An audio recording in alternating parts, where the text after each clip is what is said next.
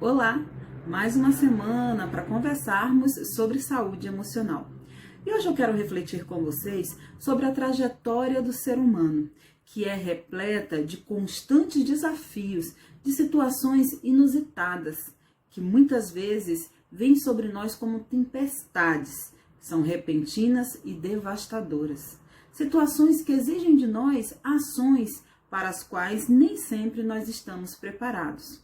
A perda de um ente querido, o rompimento de um relacionamento, a perda de um emprego, uma situação adversa que exige de você uma reação. Como eu falei, são como tempestades repentinas e devastadoras. E a Bíblia fala que os discípulos de Jesus passaram por uma situação de tempestade, no sentido literal da palavra. Porém, ela nos ensina uns pontos importantes para a nossa reflexão.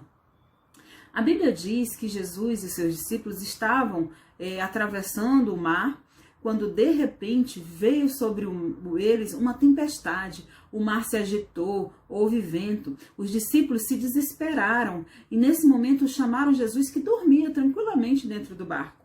Jesus levantou-se e disse: mar, aquieta-te, vento, cessa. E no mesmo instante, tudo passou e houve calmaria. E depois da tempestade, então, veio a bonança.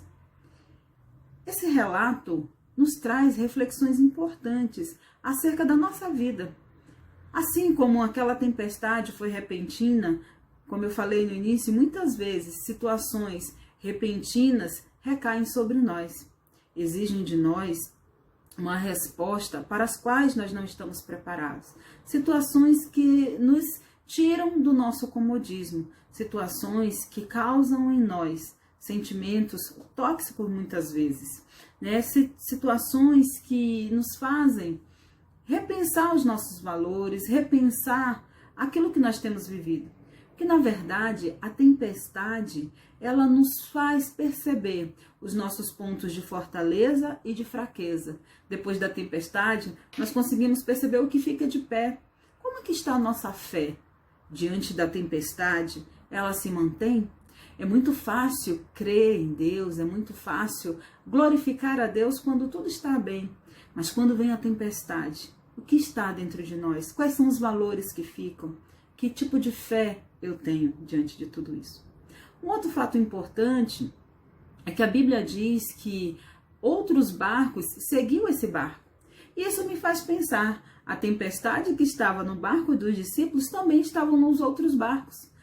Ou seja, nós não estamos sozinhos, nós não somos os únicos a passar dificuldades. Existem muitos outros barcos ao redor de nós que passam pelas mesmas situações.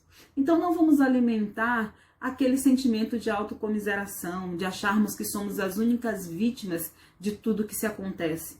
Existem outras pessoas passando por tempestades muito piores. É bom lembrar disso e ser grato porque você está conseguindo sobreviver em meio à tempestade que você está passando. Um outro ponto interessante dessa passagem é a respeito de Jesus no barco. A Bíblia diz que Jesus estava no barco, ou seja, na nossa vida, Jesus sempre está presente, porque a palavra dele nos garante isso. Ele disse que estaria conosco todos os dias até a consumação dos séculos. A palavra de Deus diz que ele jamais nos deixará, nunca nos desamparará. Jeremias 33:3 diz: clama a mim e responder-te-ei. Ou seja, Jesus está perto de nós, ele está conosco, esperando que nós possamos buscá-lo para que ele possa agir em nosso favor. Talvez essa seja a hora de você dizer: Senhor, socorre-me, eu não aguento mais pelas minhas próprias forças. E você vai ver o agir de Deus sobre a sua vida. E um último ponto que eu quero chamar a atenção é que a Bíblia relata que depois da tempestade veio a bonança, fez-se calmaria.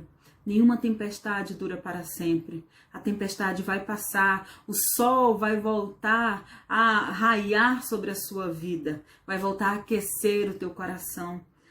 Espere, tenha paciência, não é hora de desistir, não é hora de voltar atrás, de retroceder. Essa tempestade vai passar, nenhuma tempestade dura para sempre.